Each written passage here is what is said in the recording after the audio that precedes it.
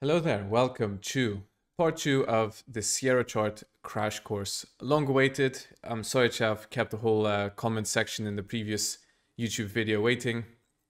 But here we are, part 2, where we discussed quality of life, data handling, and much, much more. This is often requested by all the guys on the trading floor who often chase me for advice or help regarding a lot of these pain points, which I'm sure a lot of you have experienced. A slow Sierra chart, an inefficient Sierra chart. How do I best combine my workflow and everything like that? So this is what this video addresses, building on the video of part 1 crash course. So the absolute basics, if you haven't seen that video, then check the description below this video because I'll link you to part 1 of the very foundation building blocks of the Sierra chart. Let's look at Sierra now and understand Sierra underneath the hood, how to perform maintenance and how to spring clean and to take care of your Sierra and to sort of understand the most important areas and folders for it.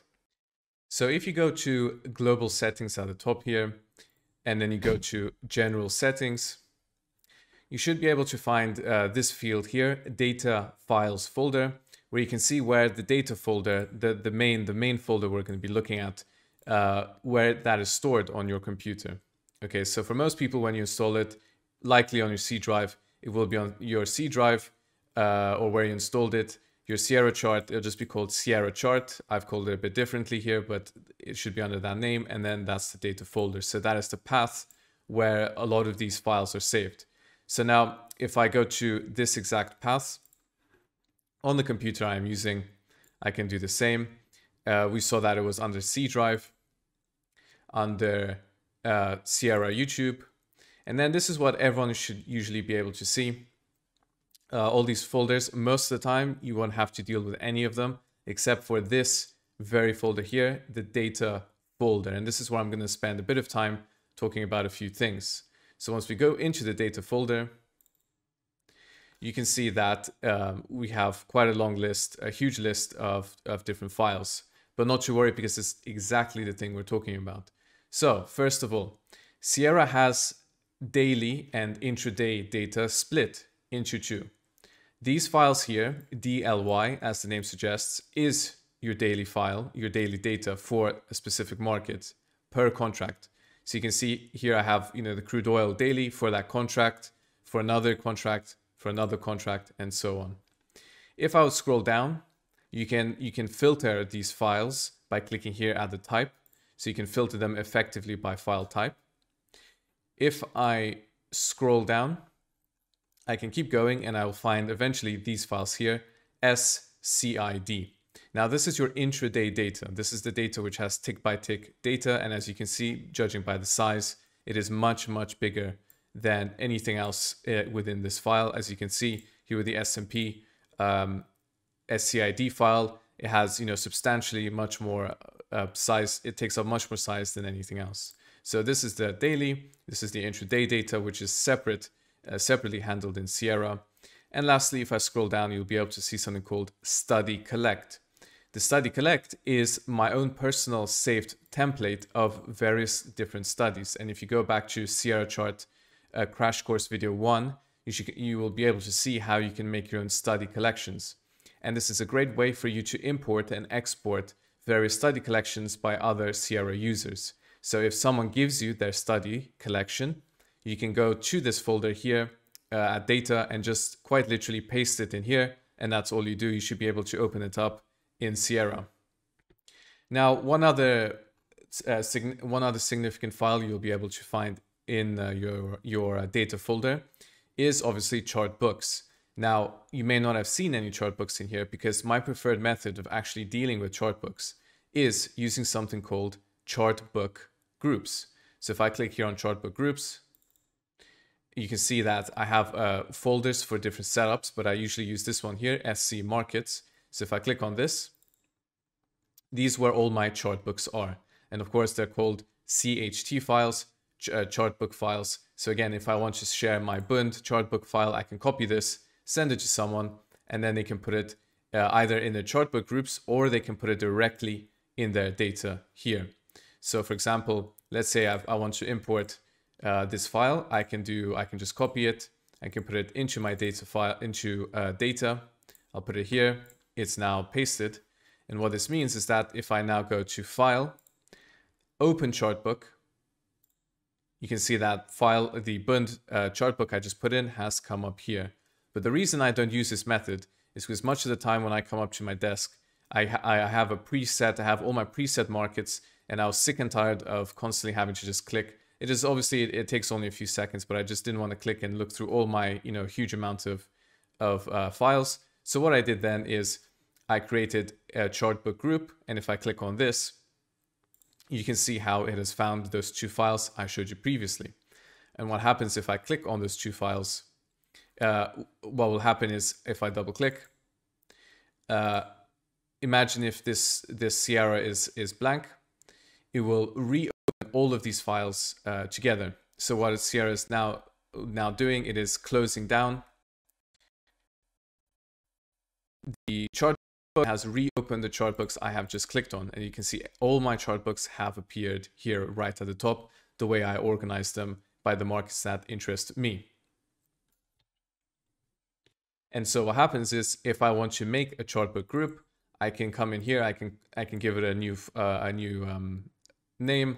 Let's just call it test. And then obviously there's going to be nothing in here, but let's say I want to go back to my data and I just want to put this bund file in there, so I can just copy it, chartbook groups, test, and I can put my bund chartbook in there. And what then happens is if I now go to file, open chartbook group, you can see how test is there. I will not obviously double click on it for now, but if I double click on it, it will just come up with the files are in there, which is just this bund chartbook.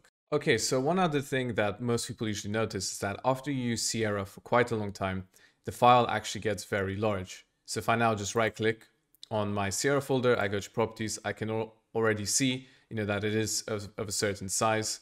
And then after you use it, continuously throughout the year, it will keep growing. This is because when Sierra downloads files, it stores it permanently on your computer. It doesn't restream the data, which is actually a very good thing for data keeping purposes. But what this also means is that older data, as time goes by, 6 months from now, a year from now, that data can often be left unused. So it's good to do a bit of spring cleaning in Sierra Chart once in a while, perhaps every 6 months and so. And the easiest way to do that is if you go to your data folder, you want to look for these files, SCID, which is your intraday data, and only delete those files. Because if you happen to delete your chart books or your Sierra Collect files, that's obviously just going to ruin your entire workspace. And those files are extremely small, never worth deleting. The files that are obviously worth deleting is the data itself. Why? Because the data is always going to be available to be re-downloaded later. And you can also, if you so need to use data that is now quite old, you will just re-download it when the time comes. 99% of the time, it will just stay here unused. This is why it's often good just to do a quick spring cleaning, which will mean filtering out the files by size. It will be the SCID files. You can see here the S&P, NASDAQ, and so on. You can just select all of them and then just obviously delete. And then delete them from your recycling bin as well. Now, on the topic of maintenance, one other thing I want to quickly cover is updating Sierra and rolling back Sierra. So to update Sierra, you go up here to Help. You would click on Download Current Version. And in doing so, it will, the installer program has to be downloaded. It needs to be closed. Click yes to do it. And then once you click yes, follow the on-screen instructions, and then it will take you it will take you through the process. However, obviously for this example, I'll click no. And then to roll back Sierra, so let's say Sierra has put out an update, you've updated recently, and there's some kind of issues with your computer or issues with Sierra and so on that is unresolvable. You can also click here, which is install previous version, which is going to roll back to a version which was previously usable by yourself. And obviously to check which version you're on with Sierra, you just look right at the top here, and I'm using Sierra Chart 2250. And obviously as time goes on, as we update, this number will keep increasing and previous versions will have a smaller number back in time. And obviously, as usual, please do as maintenance and spring cleaning to obviously keep your Sierra updated as much as possible. If you update your Sierra and there are issues, the best thing to do first is to go to help and then go to either support to check it out, or the support board, the forums. And if there's a massive issue that has affected most people because of the new update, you'll be able to find a message that likely will address that issue quite quickly on the support board, and you will see what the next steps should be. Two more items to talk about since we're discussing data handling. One is being very strategic of how you use this feature, days to load. So if I go to chart settings, I will be able to see here, use number of days to load, and I can click here, days to load 2. So it's being understanding of how many days you want to load depending on the data you want to see. So for example, for my footprint chart, I'm only interested in the most recent data, not data 30 days ago, which I'll never check.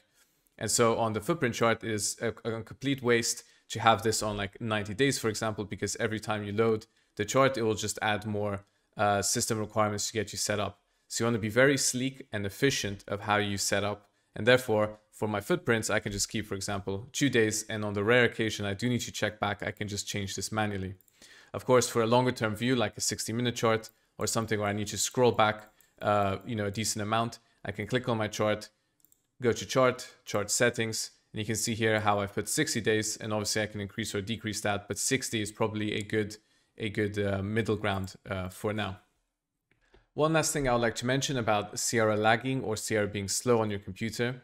A lot of people may be looking first at addressing perhaps something like the amount of RAM you have on your computer, maybe processor speeds or something. But a lot of the simple bottleneck which might often happen is actually your writing speed to the disk that you have Sierra installed on.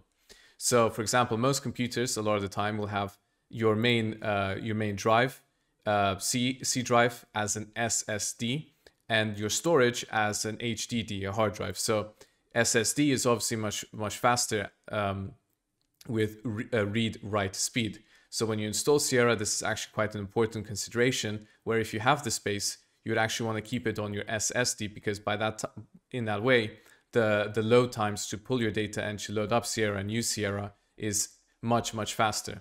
And you can see here on C drive, which is an SSD, because I know through the computer specifications, you can see how I've put Sierra here rather than using the storage space, which will just increase load times and make Sierra that much slower. Okay, so now workflow, and I think this is obviously going to be much more important in establishing your quality of life.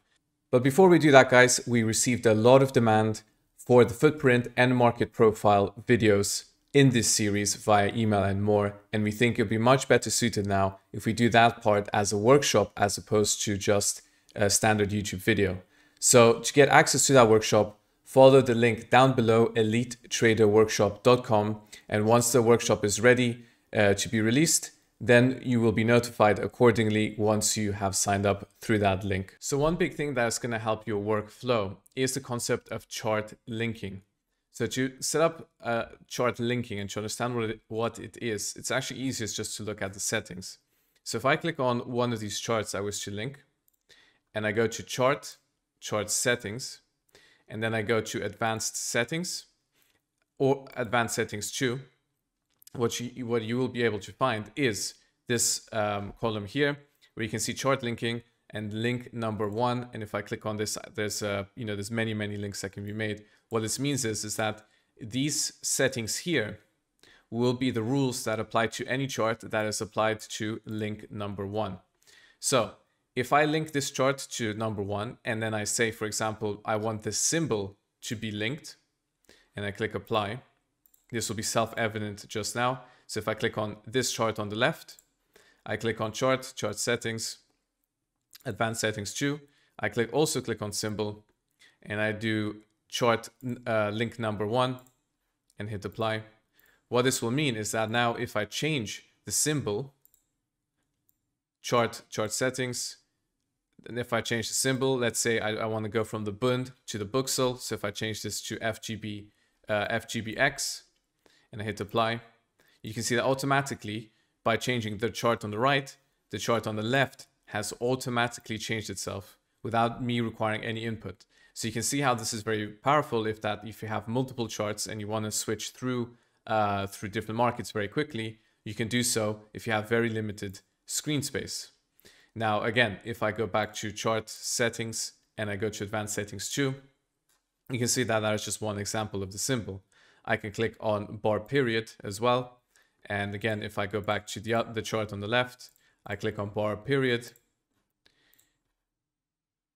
You can see that they're both set to 60 minutes. If I click on the right-hand chart and I change it to 5 minutes, you can see how both charts have now changed to 5 minutes. So again, you can see the multitude of different combinations you can use to make this much more sleek and efficient. One feature a lot of people don't consider is the fact that actually you don't have to link both charts. So what's happened here is if I demonstrate, if I move and drag this chart here, you can see how it is dragging and moving the chart on the right. But if I move the chart on the left, on the right, you can see that the chart on the left doesn't actually move. So if I demonstrate again, I can move this chart and it's dragging the right-hand chart. But if I move this chart, it's not dragging the chart on the left. And this is achieved as such. If again, I go to chart settings, I click on advanced settings too, you'll see that there's nothing in the chart linking. Whereas if I click on the chart on the left, on this footprint chart, and on the chart on the right, if I go again to chart settings, advanced settings too, you can see that chart linking is activated through scroll position. And that means when I scroll through the chart, the position is adjusted.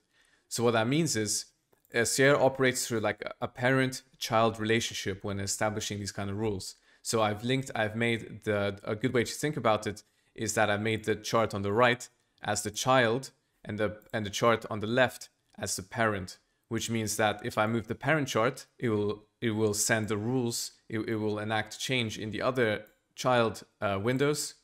But if I move the child windows, it does not move the overall overarching parent window. And that is by having that one-way relationship where you don't link both charts, but you just link one on the same setting. Now, using this mentality of understanding the chart, the child parent mentality, you can take advantage of this feature. If you go to chart settings, advanced settings, or rather advanced settings 2, you can see this feature here. Copy chart drawings from chart number, and then you have this field. So what this means is that if you look at the top, you can see that there's a hashtag. If you follow my mouse, there's a hashtag on the top of your windows, #1, and then #3. So that's the number of the chart. So right now, what this means is if I just close this, currently, if I put a line or any other tool on the chart on here, I have just put it on here, but nothing appears on the left. And often, if you want to mark the same levels on all of the same charts, obviously you'll waste a lot of time. It's not a very good workflow to then just go trying to find the same levels and put it all on the same chart. So what happens then is that if I keep this as the parent chart, if I keep the footprint as the parent chart, and I see that it's called number 3, I can click on the child chart, the drawings I want to send to.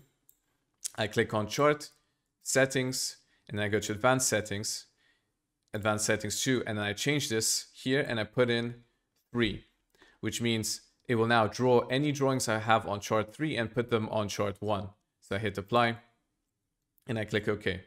So if I put a line on this footprint here, the parent chart, you can see that it has appeared on the right hand side. But if I now delete this, it will also delete. However, if I now put a line on the child chart, you can see that it has not actually put it back on the parent chart, which is actually very, very useful to making sure that you don't clog or have a very messy chart, because you can have multiple charts and only have some levels on some charts, other information on other charts, to make that your workflow that much better. And again, to see that one more time, you'd go to Chart, Settings, Advanced Settings 2, and it's using this here, Copy Chart Drawings from Chart Number. Now, one big feature you should understand with Sierra is that it works very, very efficiently if you have your various charts spread out through different chart books, and these are the tabs at the top. So right now I'm looking at my Booksol chart book. I have named it as such. It can be anything in here, and if I now move to DAX, it will move to my preset charts in here, which I've just named as DAX because this is where I keep my DAX charts. Euro, the Ultra 10 bonds, the Ultra 30 bonds, gold, WTI, and so on. And as you can see, what I've done, I've followed the process where each tab is its own different market.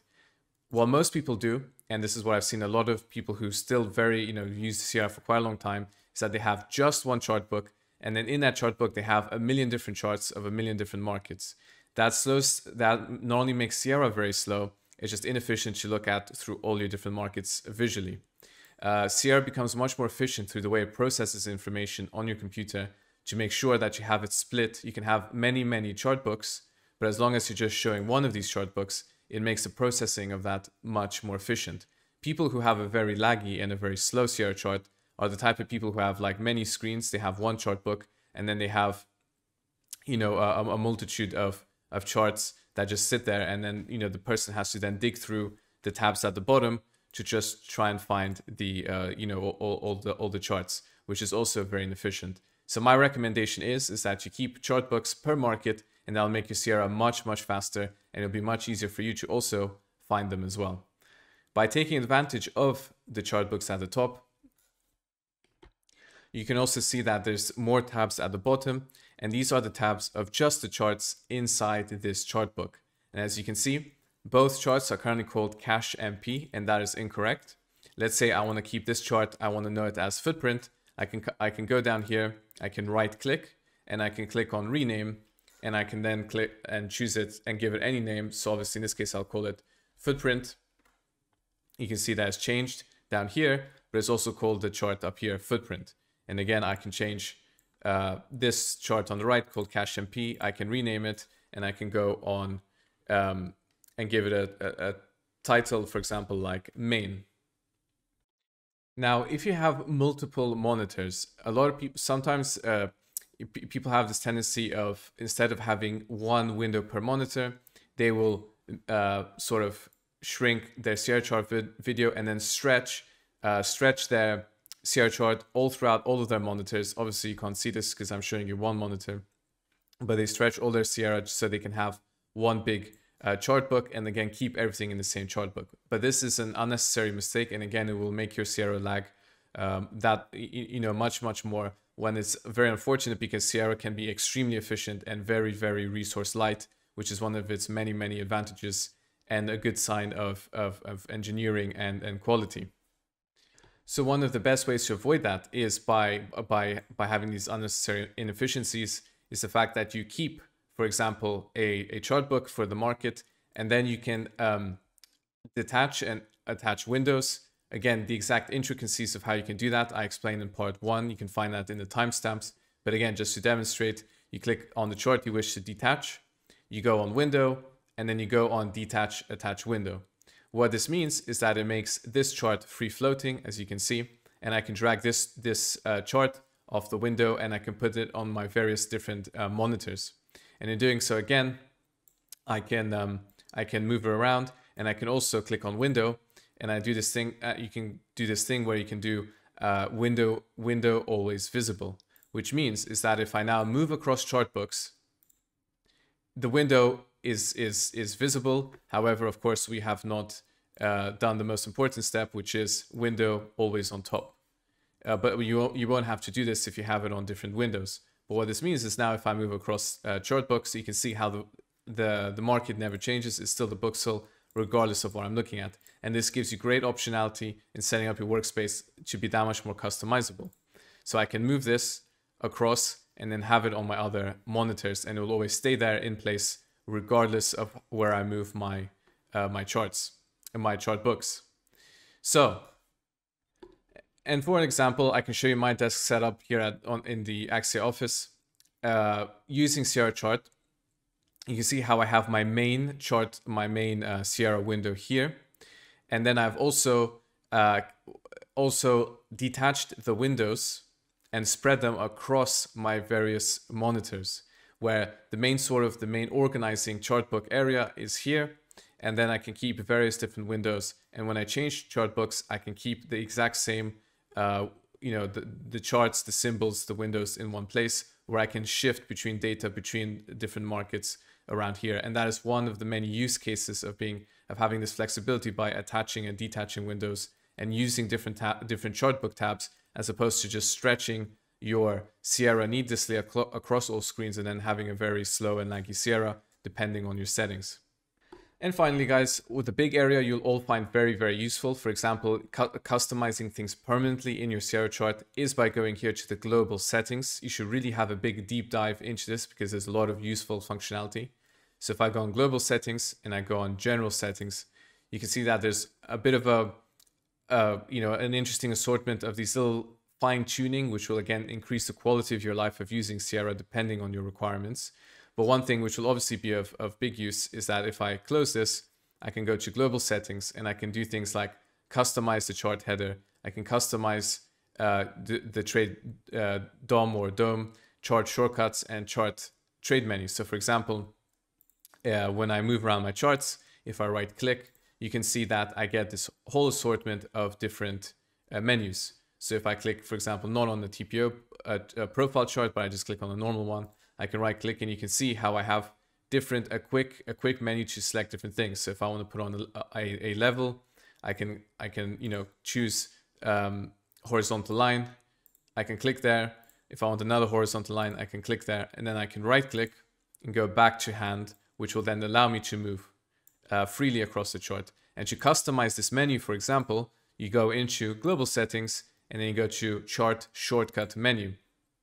And you get this chart, and you can see the drop down menu I had previously was in fact this menu, and I can add or remove things. For example, if I want to take away this feature, I can obviously remove it. And then if I want to have different additions to this menu, I can do, I can add anything from this list. I can do save, and it's there. So if I do OK, and then I right click, and you see how the save option has come up here. So it'll be too long. The video would be too long, obviously, to go through all of these like customize area, but everything is in here in global settings. So if you're interested in having a very sleek and efficient shortcuts, you can visit the shortcut menu. It's also a great way to actually learn what the shortcuts are in here, and you can customize your own shortcuts as well to make it very efficient. And this is the sort of the main place you want to spend a bit of time to take your Sierra sort of to the next level of quality of life, of sleekness, to make it adapted to how you want to set it, and so on. Okay, guys, thank you very much. That concludes Sierra Part 2. If you find this video interesting, if you want to go deep into the Axia training method and how our trading team of 7-figure traders develop setups and strategies and how they learn to build the most profitable trades across all market environments, then join me in this workshop. Now in this workshop, you're going to learn 3 powerful steps we use to train all our traders on both our London and our Poland trading desks to help build incredible levels of consistency. How to predictably understand which setups work and which don't. You're going to learn our 2 main strategies for how we perfect our trade timing before we enter every single trade.